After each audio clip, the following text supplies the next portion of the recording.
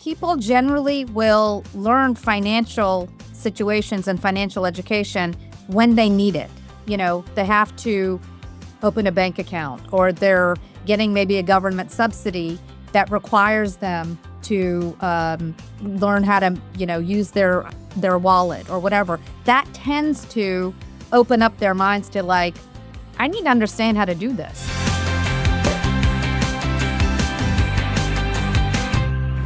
Welcome to Living Not So Fabulously, where unfiltered truth meets your wallet with just a little bit of sprinkle.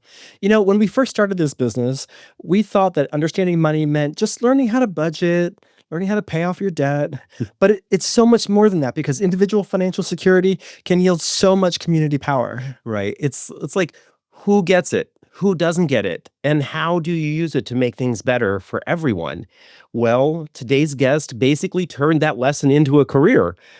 Shamina Singh is the brain trust behind Mastercard Center for Inclusive Growth, where she drives global impact and sustainability. Before joining corporate America, Shamina built her career in politics and public service, advising presidents and championing equity. As an Indian American queer leader, she's proof that understanding how money works, that'll come up here in a bit, can change the world and who thrives in it. Welcome to the show, Shamina. Great to be here. Thanks so much for having me. Definitely. We're really excited to have this conversation. One of the things we wanted to start off with, though, was going back, and we're going to hop in the Wayback Machine and talk about when your parents immigrated to the United States from India and how that influenced your sense of service.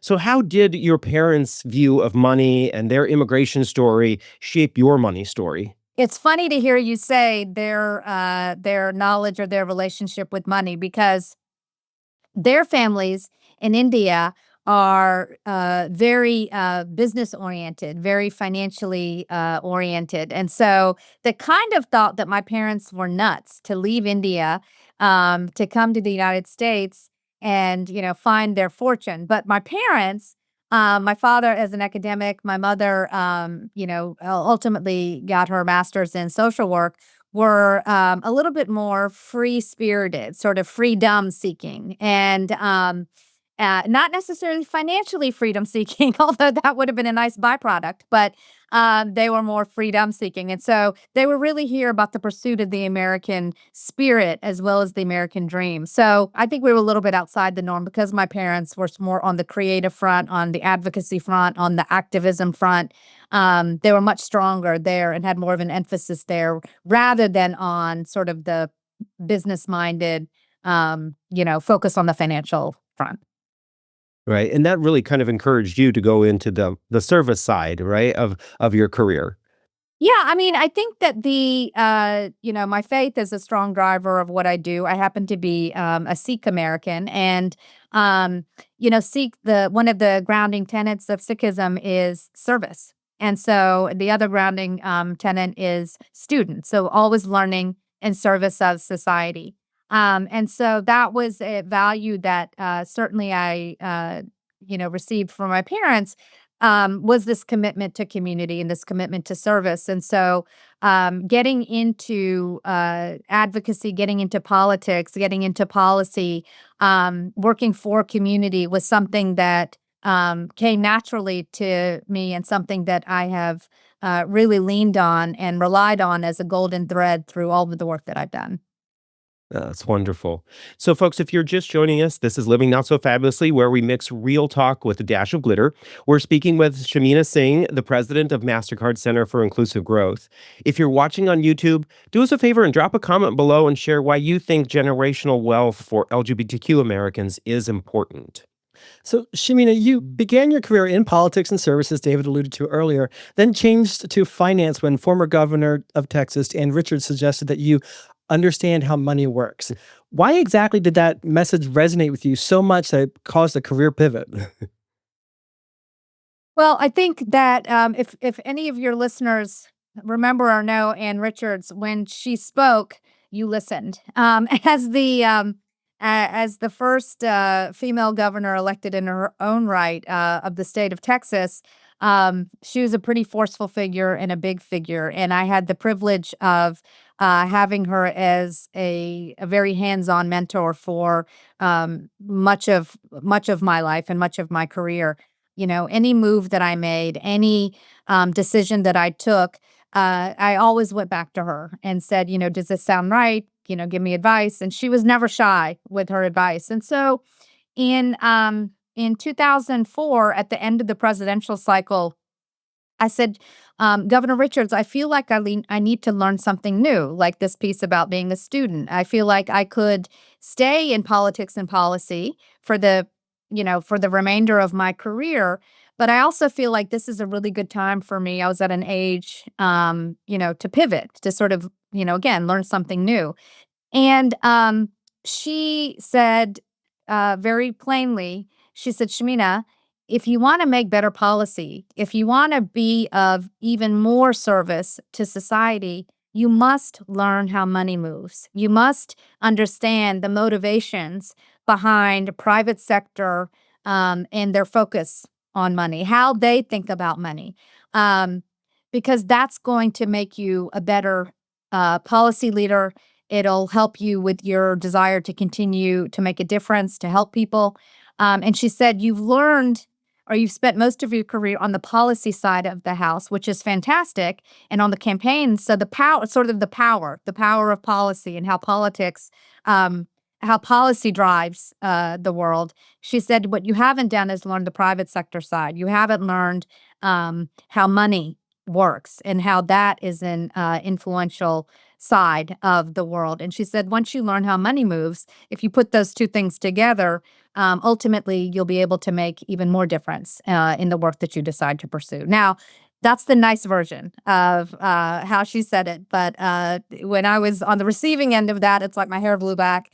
And, she was pretty forceful in how she said that. So my next question, of course, was, okay, where do I do that? And I was in this process of pivoting, and another piece of advice that I received from a friend who served in the Clinton administration alongside me, who had made the pivot into the private sector. It really gave me some really good advice, and he said, "Go talk to people who you think you want to do their job." And he was like, go talk to people in either sectors or geographies or organizations where you look at them and you say, wow, I think that's what I want to do, or that's who I want to be. And he said, but don't ask them, if they're making a difference in the world, or if they think the organization is making a difference in the world. Ask them what they do every day, and ask them if they're happy with what they do every day. And he said, because that's a really important question for you to know about yourself, is ultimately you're going to make a difference, or you can make a difference no matter what you do. The question you have to answer in terms of what's next is, are you going to learn something, and are you going to be interested in showing up to do that work every day? Absolutely. So I think what Governor Richards shared with you is very poignant, especially the edited version, right? I'm curious, with that being such an important critical skill or understanding, why don't you think financial education, especially personal financial education, isn't more prevalent in our grade schools, our high schools, and our colleges? We've done a lot of research at the Center for Inclusive Growth around this very issue. And of course, I think baseline, everybody needs financial education in their curriculum, or however it shows up. The learnings that we've had at the center um, tell us that people generally will learn financial situations and financial education when they need it, when it is something that they have to maybe utilize a different tool or product, like they have to open a bank account, or they're getting maybe a government subsidy that requires them to learn how to, use their wallet or whatever. That tends to open up their minds to, like, I need to understand how to do this. And so that's the moment where you can get in and actually say, okay, this is how it's a use case. It's providing a proof point that's actually going to either help them save time, learn something new that's going to matter to them, or help increase their wealth. So financial education as the baseline, 100%. Financial education as a tool to increase wealth at the moment you actually need it. So it's a little bit of a difference in how we approach our financial education and the work that we do at the center. We really try to inject it or put it in motion when it's relevant to a life stage or a life situation. So I think that's a little bit of the reasoning that and the things that I've learned over time around financial acumen. Awesome. So hold that thought for a second, Shamina. We'll be right back after we take a quick break.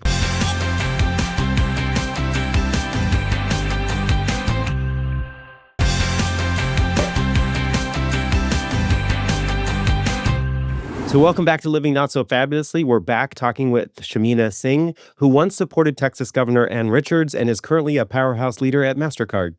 We just interviewed Catherine Gray, who helps folks in the LGBT community, women and people of color who are trying to start businesses, work towards getting venture capital. And the number that keeps coming out is these statistics that 77% of venture capital money went to white men only run corporations, 3% goes to women. And in general, you see there's this constant block of money going to what we would consider, at least I think the three of us in this room would consider as inclusion, right? So what does that inclusion actually mean in the world we live in today when we see those kinds of numbers and that kind of friction for the money to flow through to everyone? Yeah, so it's a great question, and and it's a big problem. The way that we are looking at it at the center, and of course the way we come at it at Mastercard is we're not necessarily on the equity side of the house. We're more on the debt side of the house in the sense that the vehicles, the partners that we have, the partners that we support through the Center for Inclusive Growth in the United States are what's called CDFIs, Community Development Finance Institutions. These are little known gems of financial power that help small businesses who may be on the cusp of growth get to the next level. So if you're trying to get a loan, and again, I'm not addressing the massive disparity on the investor side of the house. What I'm talking about is if you are trying to build a business in the United States and you go to a bank, which is usually what people do at the beginning, is they try to get a loan to build their business. Banks look at collateral. Banks look at your payment history. There are intermediaries called CDFIs in the United States that are community minded and they are focused on particular segments of society. And so if you connect with a CDFI, their lending terms are different from banks, and their ability to look at your history, where you've come from, what you're going to contribute, what your business will contribute, allows them to lend maybe at a slightly higher interest rate, but they're not loans that are seeking to hurt your business in the end. These are community-based loans, and they're backed, they're usually given through small businesses. They're backed by companies who extend their balance sheets. So that's something I want to share with your audience is if you are a business owner or trying to find money for your business, look for the CDFIs. Look for your community development finance institutions in your area. We work with a bunch of them. So come to the center website and we can help you get connected there. I appreciate you bringing that up because we have talked to so many small queer business owners who struggle, in part because we know in the queer community, much fewer queer individuals have a mortgage, own their home, right? So they don't necessarily have that kind of collateral or that payment history, but you're saying that there are other ways for them to get that information out to individuals who can make the decision to give them the money to help them start a business or get their business growing. Percent. And if it's okay, I could just share my story, right? So, because I think for the LGBTQ community, home ownership, again, is it's not something when you're sort of, you're coming out, you've got a lot going on, it's sort of like, it's probably, financial security may not be your number one, number one thing on your mind. For me, I was surrounded by a peer set who, again, many were kids of immigrants. Many were, you know, many were not on speaking terms with their families because they had come out. So it's sort of like this uh, family of choice, So I was surrounded by a peer set who sometimes in our community we call them our family of choice. And none of us had a ton of money. We were all sort of starting out, together. But one of us bought an apartment in Washington, D.C. and said, you know what, I'm going to do this. And I sort of looked at my friends and I was like, wait a second, if you can afford an apartment and you've got a student loan and you've got, all of this stuff, I'm going to figure out how to get an apartment. And and then I did it. And then another friend said, hey, wait a second. You've got student debt. You've got, obligations. You've got and you were able to get an apartment. I'm going to get so I think there is something about our community, right? It's like, look for the people in your community who are on that path and then follow the path. Because again, I'm not saying this is true for everyone. This is my experience. But I can tell you, I was somebody, and I know you guys come from this experience, that had a lot of debt. I paid my way through undergrad. I paid my way through graduate school. I took out the student loans, didn't have a ton of scholarships, worked all the way through, multiple jobs all the way through. Started working when I was, I started off as a nanny way back in, when I was 14 and 15, worked at Dunkin' Donuts when I was 16, worked in my parents' shop. So I'm not somebody who comes from wealth. I'm somebody who comes from debt. So, but the advice, the peer set was really important to me because that was my example, right? Like, who are the people that I'm surrounded by and what behaviors are they exhibiting? And the people around me were exhibiting behaviors of being out and proud and marching in the streets, but also figuring out how to own their own home and get an apartment. The other piece I think that is, really interesting in terms of my own history is, and the role of friends is that, I got that apartment in Washington, D.C., and then I heard my sister was telling me that a friend of hers told her that he refinanced his apartment to pay off his student loan. And he took the money from the refinancing, and then paid off the student loan and then kept going and then invested his money in things that were making more return. Okay, that blew my mind. I was like, wait, you can do that? That's a thing? So Hmm. guess what I did? I called my mortgage company and said, I want to refinance my loan, my mortgage loan. And, and lo and behold, that's exactly what I did. And so when I paid off my student loan, that released me from that monthly cycle of payments that was such a big, it's an existential load, but it's also a financial load that I think so many of us carry, especially today. Student loan is one of the biggest portions of debt that keep us poor, keep us. So figuring out a way to pay off that student loan, I think, was enormously helpful. But guess what it also did? It allowed for me to pay for my wedding. So when I married my wife, before it was legal, we paid for it. I paid for it 100%. And it was exactly what we wanted.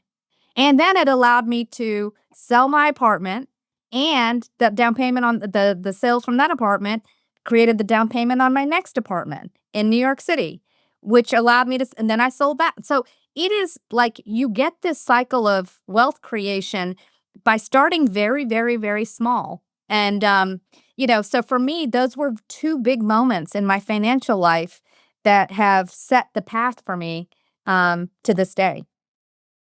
Wow. Right. Wow is right. I absolutely love this. The executive producer of this show keeps on reminding us that this show is about having role models, financial role models in the LGBT community. And what you're talking about is that in action, right? We need these kinds of role models, and it's not just enough to be a role model, but actually you have to talk about it, right? Because somebody talked to you about what they were doing, you got the idea, or you knew that you could do it. You talked to somebody else and helped them do it, understand that they could do it. That is the kind of thing that is happening on a regular basis all across America, but very rarely in the LGBT community are we seeing. We will talk about what we're wearing. We will talk about the trips that we're taking. We will talk about pride. We will talk about politics. We will talk about everything. But if you bring up the word money or finances, all of a sudden you're the only person in that group at the cocktail party, right? And what is it doing to our community? So we really appreciate that you shared this, because not only has it helped you, but you're saying that it can truly help the LGBT community. Percent. And listen, the role model, the role model thing is real. So for me, I didn't have you two gentlemen, but I did have Susie Orman. And, so when I was coming up, I knew she was gay. Like, she didn't come out. But when I would, late night, Susie Orman, watching it on, PBS, like she would say, I can't remember what, but she was like, this first, then this first, then this first. Like, she was always like giving this kind of advice around money that, again, sometimes I knew what she was talking about, sometimes I didn't. But the fact that she was talking about it and she was saying, hey, don't be afraid of money. Like, this was something that Susie Orman, for me, was incredibly helpful.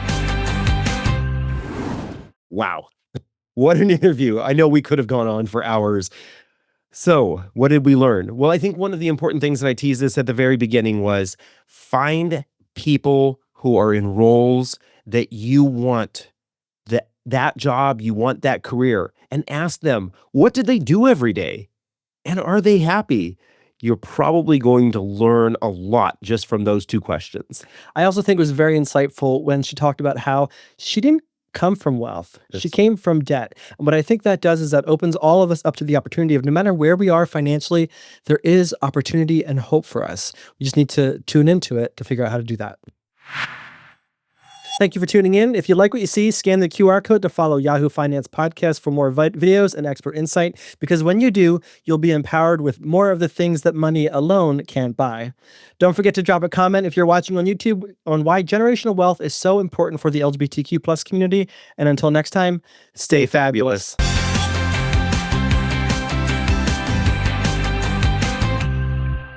This content was not intended to be financial advice and should not be used as a substitute for professional financial services.